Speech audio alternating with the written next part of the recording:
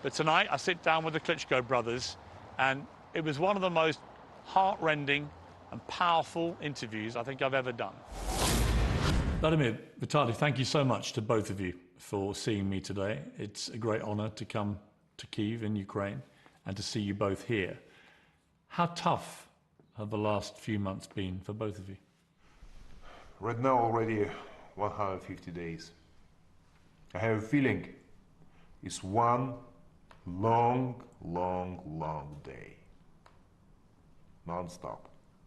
Challenges. The rescue. Help to the people. Saving their life. Take me back to the day that Russia invaded. Did you think, either of you, that this would happen? Definitely we have information from some sources. It's happened, the Russians prepare, but we hope it's not happens. We can't realize it's possible. It's actually doesn't accept normal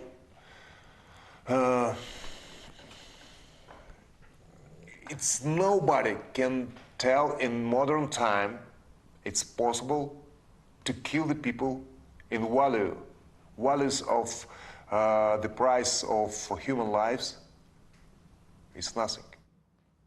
What's extraordinary, Vladimir, is when you come to Kyiv today, it seems like a perfectly normal European democratic city with people going about their life.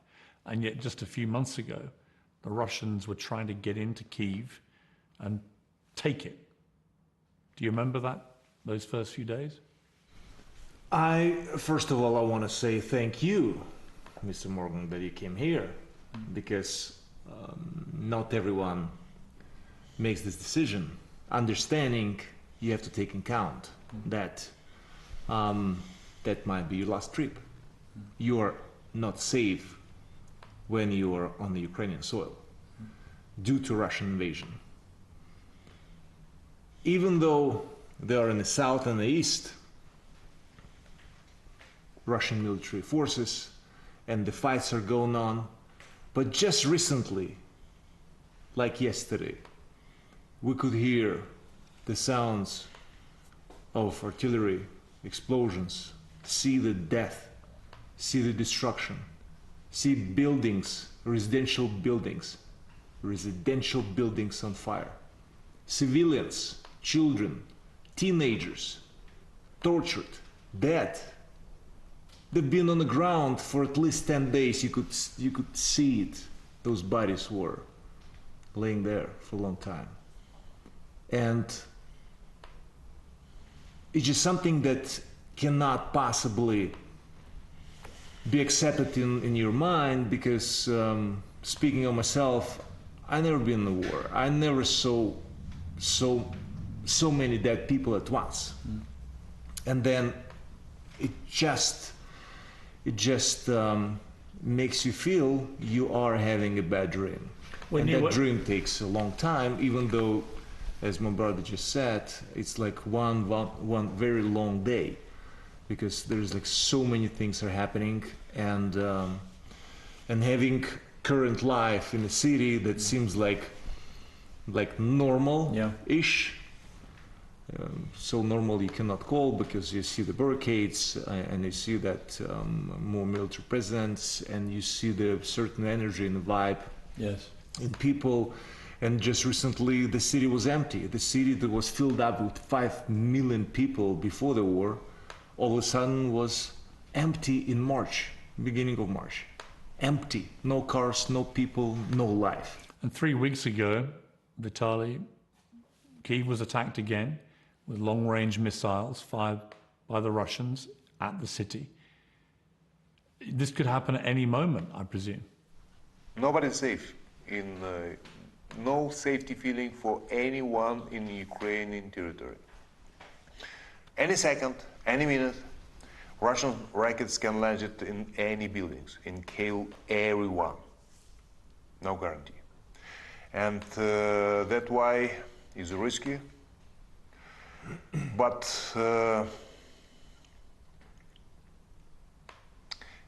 we talking about that many times. We see how many civilians is dead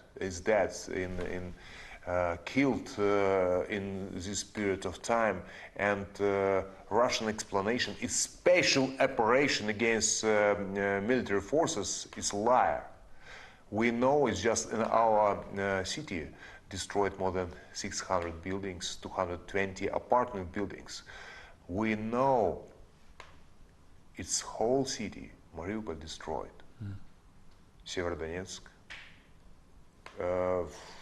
Kharkiv, Chernihiv, Bucha, Irpin, Gostomel, and other cities is totally destroyed. I know you went to Bucha, Vladimir, didn't you? Both of us. You both went. Yeah. And the scenes that you found in Bucha were horrendous. Horrifying. It cannot anyhow possibly,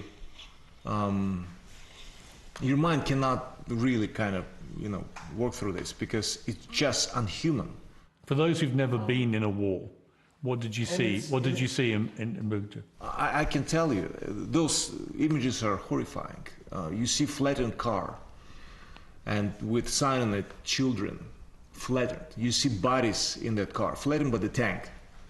You see people that were on their knee with hands tied behind their back, teenagers. I don't know how young they were. Shot in the head, executed.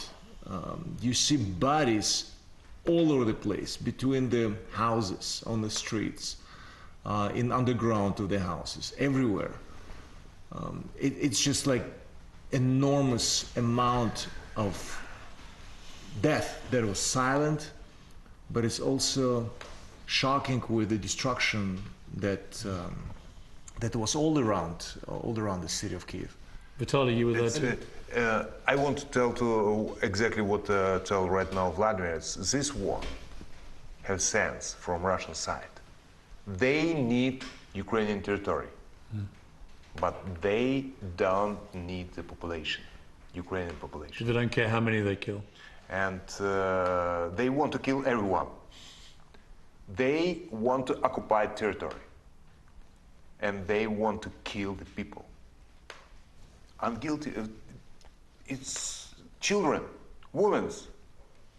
We was in Bucha, so I never forget these images, this street with bodies. Old woman, grandma, 70 years, more than 70 years old, killed. Children, teenager. What kind of people do this? No explanation. And just one explanation: it's not the war. It's genocide. Yes. And I believe that it's clearly understandable why this war is going the way it's going. I think it's certain rewriting the history, whatever the history is, rewriting the history that the capital of entire former Russia and all the countries together, with starting Kievska Rus, with 1,500 years of history of the city, and rewriting that it's not Russia won the Second World War, but Soviet Union with allies as England and the United States. And it's just, in a certain way, it's rewriting that this is our territory. That's how Russians call our Crimea, Peninsula Crimea. This is our territory. But what does it mean our? I mean, literally, they need Ukraine, but not the Ukrainians. And you could tell that. We're just like in the way of the truth. And now it's so obvious. The longer this war is going, the more clear it's going to be for the world that is so insane to do something in 2022. Insane. Because I would say in a certain way, you possibly could rewrite the history if it was like 100 years ago. You cannot do it right now. In a certain way, it's a blockchain. Thankfully to globalization, you cannot just delete and erase the history in one part because it's always going to pop up. Too much has been noted, too much has been seen, and also learned, even though the free world is still making mistakes, in my opinion. just letting Russia do what they've done before, because there's complete dependence on energy. And that's why silence, stepping back, Malaysian flight was shot, okay, maybe later on we will exactly see how that happens, where the rocket came from. Annexation of Peninsula Crimea, that's all right. With the rest, Lugansk and Donetsk, that's all right. So it's been coming a long time. But no consequences. Sanctions, verbally, consequences if Russia will invade Ukraine, verbally in the beginning. I mean, I had a feeling the free world was just watching and observing, like, okay, 3 days, that's what the buzz is out there, the 3 days and Ukraine is going to fail. There will be people watching this who maybe only know you two from your boxing careers. You were 2 world heavyweight champions, uniquely, these fighting brothers who conquered the world.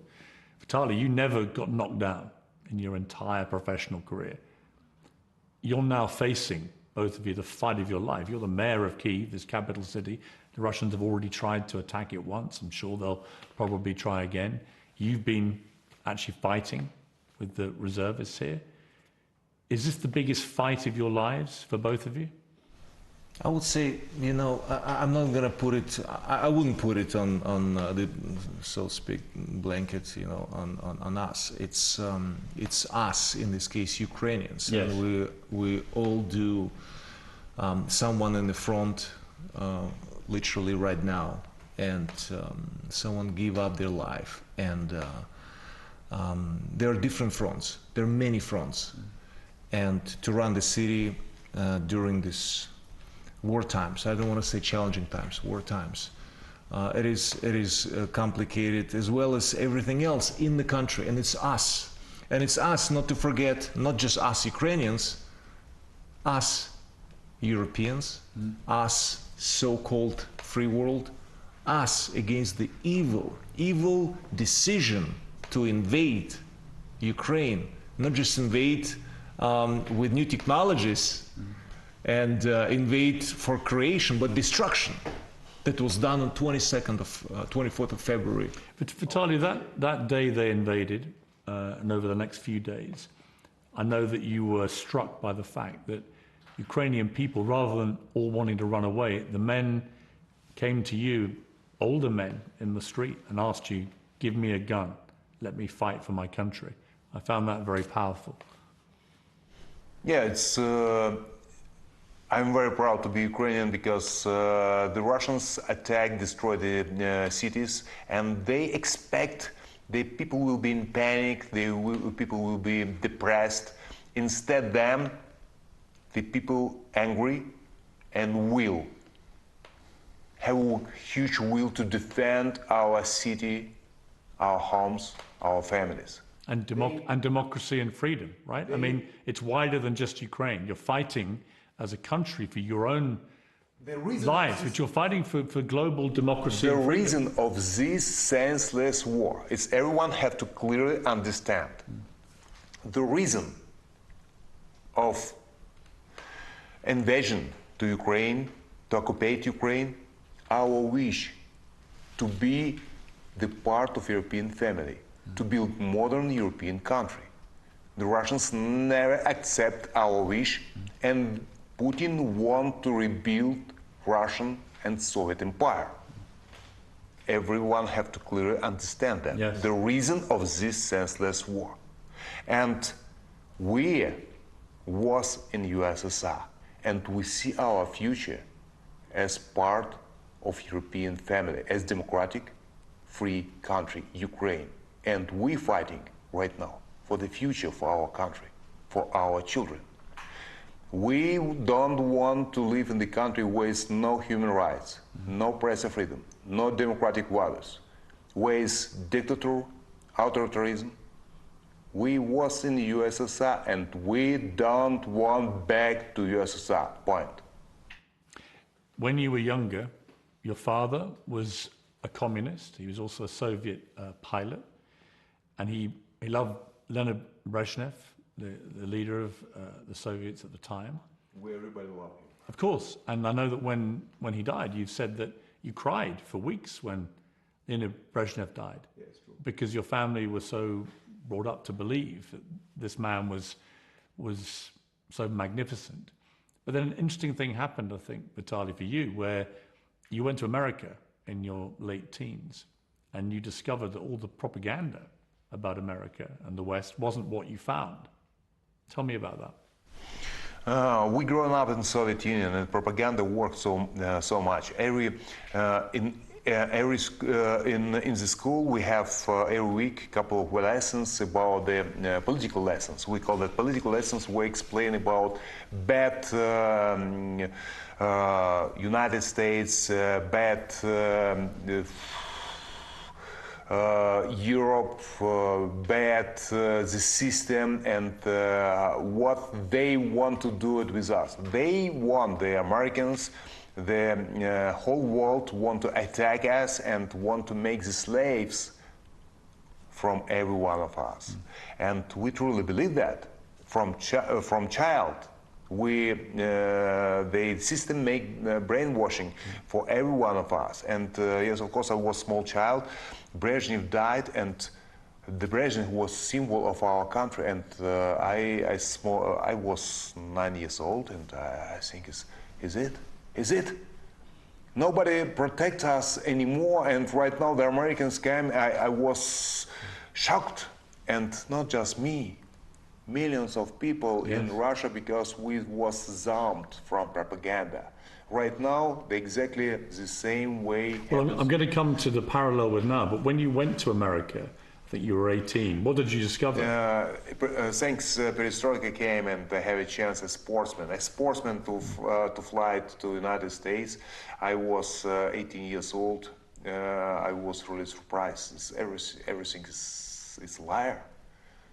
I came back to Ukraine. I told to our father. Father was communist. He truly believed in this system, and told, Father, everything what we listen, it's It's good people. It's good gas-friendly people. It's a good country. They have so many products. They have 100 types of cheese. For us, it's yes, of course, it's something. We have just one cheese, one. You know what is? We grown up in system where we doesn't have so much choice. And but did your father believe you? And father told, listen, the Americans make one beautiful city, especially to make a propaganda. It's everyone come and see how beautiful America. America is horrible. Please don't pay attention for that. They try to use you personally as propaganda instrument, because you explain to everyone that America is and then beautiful. Then you took your father to America. Many years later. I had a chance. We have actually working with HBO in the United States, boxing there. We bring our father to the United States and remind him. You remember we talking about that? And father said, sorry guys, I don't expect if we actually everyone was zamped from the system. But he was a victim, your father, in a way, of the propaganda machine. And now we see the same propaganda, Vladimir, in Russia with Putin. 70% of Russians genuinely believe he is fighting a just war against Nazis and fascists in Ukraine, oppressing Russian-speaking people who must be saved. It's the same kind of mentality, brainwashing the people to believe a complete lie. I believe back in the Soviet times it was easier to hide the truth. Now it's more complicated due to globalism and internet and different sources where people can get true information and make their own choice. And it is complicated and complex, but we've seen that for over a decade the system for propaganda in Russia was well prepared and worked well, not just in Russia, but not to forget also in the rest of the world, because Russian-sponsored, state-sponsored media is still, even now, transmitting the messages, the news in Switzerland, for instance. I was in shock when we were in Davos, on Davos Economic Conference, where I was at the hotel and I turned on TV and I see city of Mariupol explained by the Russian media, state-sponsored media, that Ukrainians destroyed the city. I mean, so you know, sick lies. It is, and even though they've been successful with that, but it will end up not well for Russia and Russian propaganda. You cannot hide the truth for too long. You can't, and it's just a matter of time. I just wish this time is going to not last for too long, so not too much of destruction is going to be done, not too many people are going to be taken. Vitali, you're a major target for the Russians, and they were trying to find you and kill you early on. We know from your sporting career as a heavyweight champion, you don't stand back, you don't fear other human beings. But was there a moment in the early days where you feared for your life, and do you still fear for your life? Listen, every Ukrainians was target. Everyone who support Ukraine, who support our wish to be the European country, who want to build democracy, is a target. Was a target and still the target of Russians. You sent your family away, your wife and your 3 children. They've gone away to another part, a safer part of the country. Yeah, we sent the rest of our family to a safe place. When did you last see them? A long time ago, 6 months ago. You haven't seen your family for 6 months? Yes, thank you for technology. We make video conference, we're talking every day. Oh, but you have 3 children that you haven't been able to hug during a war, right? I mean, that's tough. Yeah, it's tough, but big part of my family is Vladimir is here, watching my back. Yeah, I mean, if he needs a hug, I'm giving him. He's fine, or the other way around. Yeah, but it must be nice for you to have each other, because you've always had each other, but now I would imagine more than ever, particularly if you're separated from family members, other family members. It is, and I probably will. Speaking of continuing with exploring like questions like, are you ready to die for your country? Yeah. This question was asked, and I probably like sense it. There's something is coming. That like, that's your country, that's your home, your principles and everything. And you know, that's the simplest thing you can do. Die for a country. You know what's most complicated? Live for your country. That means fight for life. Protect your people, protect your country, protect yourself. It's so complicated, and at some point, you're really kind of feeling like, you know what, I'm gonna run into my death, so to speak, just to end up this misery. But no, the strength is of us Ukrainians that also we don't want to die, even though a lot of being already killed and tortured and raped, and now still putting life on the line. But living for your country is more complicated, more challenging, and it's definitely something that we don't want to do as Ukrainians, run into our death. So we stay strong, we stay alive, we fight for our choice, not to live on our knee. Have you lost friends or family members in this war yourself? Thanks God we didn't lost the family members, but a lot of friends already have been killed. Was killed. You see, we can't imagine it, you know, living in London. We have the odd terrorist attack or whatever, but we can't imagine a war of the kind we had in World War II, where the German bombers were coming over and blitzing our homes. That hasn't happened in the UK for 70 plus years. To see it happen in a democratic European country like Ukraine it's just surreal. And to hear you say you've lost a number of friends already, the war's only been going a few months, and already it's impacting you personally in a way that it is everyone in Ukraine, I guess. I have some message to Great Britain, for everyone outside of the country, for Europe, for all the world. If someone think the war is some far away from you, somewhere in Ukraine. And this war doesn't touch him personally, his biggest mistake. This war can touch everyone in the European continent. Ukraine is one of the largest countries in Europe. And instability in Ukraine can bring instability in the whole region. And please don't forget, Ukraine have 5 nuclear plants. One of them, one of the biggest, largest nuclear plants in Ukraine was on fire. It will be explosions, be tragedy much bigger, times bigger than Chernobyl catastrophe. In this case, this war can touch personally everyone in the planet. What's been extraordinary has been the reaction from so many people around the world to Ukraine and Ukrainian people, and the courage and the fortitude that you've been showing. You have a jar of pennies there, Vitali, just on the desk. Yep. If you could just reach over and grab that for me, because I wanted you to just explain what this jar is. Listen, it's one of the stories, very touchful story. Our sister city, Riga, sent the buses to Kiev to help, and the mayor of Riga told to everyone, the bus is empty, let's bring some stuff to Ukrainian people to help them. People bring some sweatshirts, food, medication, and one small boy, around 6 years old, bring this glass full with pennies, small money,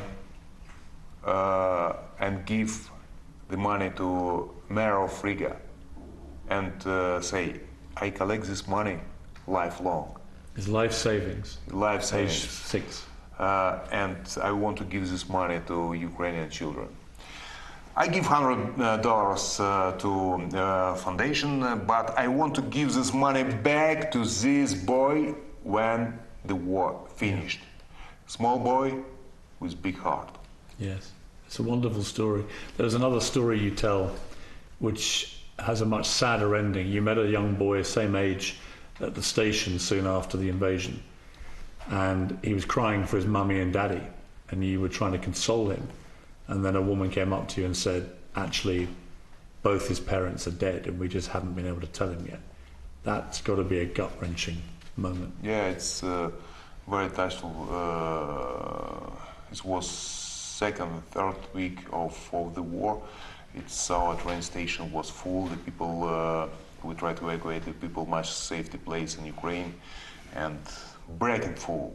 In one corner, we make for the children with the toys, and children play there, some small playground. And I visiting, checking, everything is fine, and see the small boy crying there. Come to him, give 5, don't worry, everything is good. Ask mom, dad, and don't worry, it's any minute your parents come in here. And one woman come to me and not so loud, tell me, sorry. This child don't know. He's alone. The parents was killed. And we're not allowed to tell him truth. How did that make you feel that moment? As a father? I'm getting angry. Angry, and I understand everyone who want. The people ask me in the street, the people ask me, Mr. Mayor, give to other weapons. We're ready to fight. And defending our children, defending our homes. I mean, it's complicated, I would imagine, for you about your feelings towards Russian people, Vladimir, because you have Russian blood, both of you. You grew up speaking Russian. I mean, do you hate the Russian people, or is your focus of anger towards Putin and the regime? I was brainwashed. I didn't understand what was going on. I really believed they were Nazis, and don't forget, the reasons have been changed. First, denazification, special operation, the fight against NATO, it's our land, We historically rewrite it because it's our land. So there are always some new excuses because none of them worked from the beginning to an end. Is Putin, for you, is he the new Hitler? People use that phrase a lot, but in his case, given what he's done, given the way Hitler invaded Poland and the way Putin's invaded Ukraine? I believe Nazi Germany and what Russia is doing in Ukraine with filtration camps, with destruction of life and infrastructure and anything living in Ukraine, there are parallels with Nazi Germany. There are parallels. Yeah, I completely agree. Should the West be doing more than it's currently doing? Not just providing military, but some people think that NATO, the greatest military force in history, should actually attack Putin. It was a mistake to take neutral status. And first point. Second point, we have to be strong. The Russians accepted just strong position. They doesn't pay attention to weak people, weak politicians, weak decisions, and regarding questions, the West have to do it more? Yes. First point. Second point. West right now is too slowly. Long discussion about defensive weapon. I want to tell defensive weapon because we defend our country. We need the help. Nord Stream 2. Long discussion about that, but definitely take decision. It's too slow. Has Europe been too naive in allowing itself to become too reliant on Russia and Putin for its energy resource?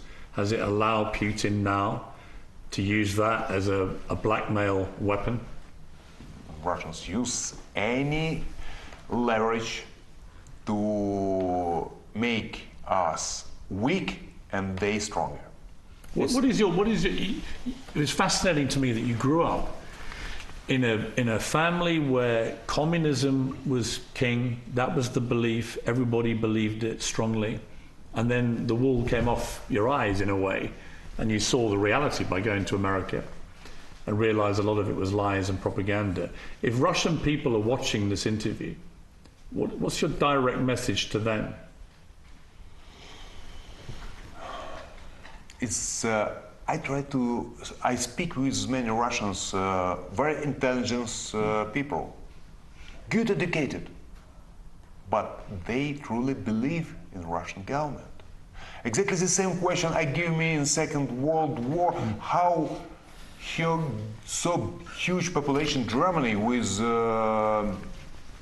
big culture plus with so many with intelligence people make it getting crazy in very short period of time. Somebody, I think it was Goebbels, the propaganda architect of Nazis, who said it's easy to get the people to do what you want, you just have to make them scared. That's the point. And that's exactly... And that was Joseph Goebbels. And that's exactly with fear and being scared. And it's not just about the Russian people. What are you going to say to Russian people right now? They're not going to listen to it. Right. They're not going to watch it. Because they believe what they're being told. It because it's in English. Yeah. It's not going to be translated, forget about it. But it's all fear. It's more to the free world. Say more than to the Russians. They are victims of the situation and they're scared to death. Yes. To say anything against the will of their government. So is, in a certain way, in the Western world, being afraid, scared, or coward. I think a lot of cowardness is also something I think all Putin's had to do is say, if you do anything, I'll use my nuclear weapons. And it seems to me the West has gone, oh no, we can't, we better be careful. We can't. And once Putin knows that the West has backed off, because of that threat, why would he stop using that threat? He'll keep using that threat. You know, we have as a former fighters, we have a good saying which applies to everything. Because who is holding the weapons? A human. There is not a human on the other side. Weapons, meaning economical side with gas and oil or nuclear weapons or any other.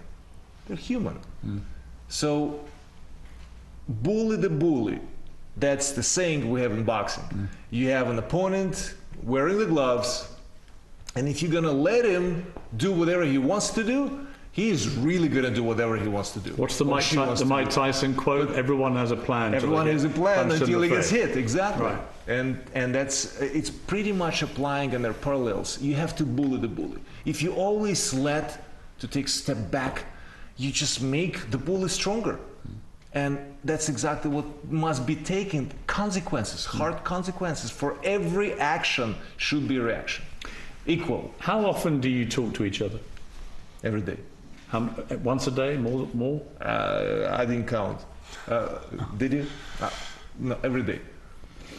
I mean, you have a remarkably close relationship. I have two brothers. I don't talk to them every day. But has your relationship become closer because of this war? Has it brought you even closer than you were? No. War doesn't play any role in... Always from beginning, the parents go to work and I have to care about my small brother, and I care about him until today, and take responsibility. Also, right now he's so big enough to take responsibility about all of the brother. Your mother always said she never wanted to see you fight against each other. No, nowadays, you don't say she said. There was family propaganda. Don't fight each other. Support each other. Did you ever fight like quietly? Have you ever had that little? No. I was smart enough to realize, as a 5-year younger, he was 15, I was 10. What's the chances? So I was waiting and waiting. I mean, if you were to right now is a good idea to fight younger brother. He's too strong enough. He looks your guns are pretty pumped there. So you reckon you take him now if you finally? There's no reason. I mean, what is the reason? Just sibling rivalry. There is no rivalry. There's competition, healthy competition, and more of a supporting of each other. You both look very fit, but Vitali, I mean, you work out every day. Does it help with the mental pressures that you must be feeling? Healthy body, healthy spirit, healthy mind, healthy mind. What do you both, when you think about the war ending, and it will end, we don't know when, I hope it ends very soon, but when it ends, what's the thing you're both most looking forward to when that day comes, when freedom comes? As mayor of Kiev, we have a lot of plans to change our city. I enjoy my job because it's huge responsibility, but I change by myself, my hometown, my country, and I enjoy that, to see the result. And people very appreciate to see the new schools, new preschools, new street, new parks, and they enjoy that, and I enjoy that also if people happy. To make people happy is great privilege. Our plans to be successful. It's best answer for our friends and also for our enemy. Be successful, and success of the country is the main priority. Frank Sinatra, in fact, Mike Tyson actually has a poster of Frank Sinatra in his office in Los Angeles, he showed me. And it's Sinatra's quote, "The best revenge is great success." Yeah. It's true. That seems to me what you're saying. What about for you, Vladimir? What do you most look forward to when this is over?